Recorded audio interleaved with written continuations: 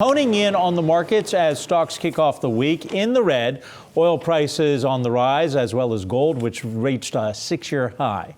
The spike in investor anxiety, of course, follows the U.S. airstrike last week in Iraq that killed a powerful Iranian general, a move that could result in increased violence across the region. With us to discuss this is Paul Sheldon, Chief Geopolitical Risk Analyst for S&P Global Platts. We also want to bring in our panel for the next 90 minutes, Yahoo Finance's Editor-in-Chief Andy Serwer and Aikiko Fujita. Paul, let me start with you. I keep reading about expectations for this to escalate far beyond anybody's expectations, and I see some people put it at 25%. What does that mean if I'm an investor trying to figure out what to do? Right. Well, I think everyone's just sort of guessing right now what Iran's next move is going to be, probably including, the Iranians themselves, as they're trying to figure out, what the U.S. response will be to anything that they inevitably do. So, so oil prices haven't moved up that much since the initial incident Thursday night. $2 or $3, I think, was the initial move, which is probably, markets are nervous about what could happen next. But especially in the wake of the Saudi incident in mid-September, when oil prices spiked on the first day and then retraced as Saudi was able to restore supply to market through exports to storage and other ways.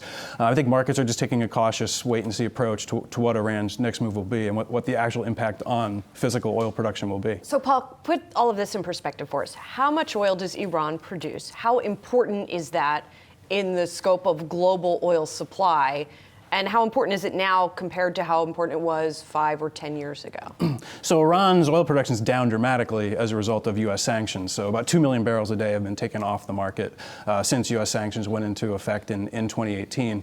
So in terms of a global market, they're exporting, around 400,000 to 500,000 barrels a day, which is down from, 2 million barrels a day above that. So it's not nearly as much of an effect on the market as it used to be. What will happen here is markets are watching what Iran will hit, whether it's Gulf allies of the United States and hit their oil production facilities, whether the U.S. will respond. Senator Lindsey Graham has been repeatedly talking about Iranian refineries, which they generally use for domestic consumption. But if the U.S. does decide to hit Iranian refineries, that would force them to have to import more fuel, which would have an effect. So a lot of unknowns. But Iran's production itself isn't nearly as dramatic as it was a couple of years ago. What's playing out right now certainly adds just another layer of uncertainty for investors, right? But if I'm sitting at home, I'm watching this thinking, what is the end game for the U.S.? What are they trying to accomplish? So if you are an investor assessing it from a market's perspective, how do you assess what the success looks like? All right. Well, I guess it's in the eye of the beholder. The president's been quite clear that he wants to have a deal.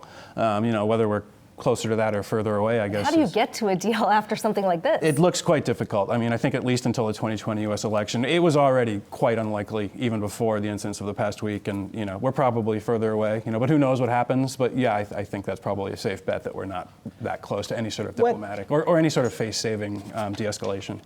Go ahead. What happens, because there's also the fact that the Iranians have, millions of barrels of oil stored in tankers off the coast. Let's say there is a deal. Let's say there is some relief of sanctions, and that oil then hits the market. The people buying right now are in for a fall. That's true. This is a major bearish overhang on the markets. We don't think we're that close to that just because of all the things that we've discussed.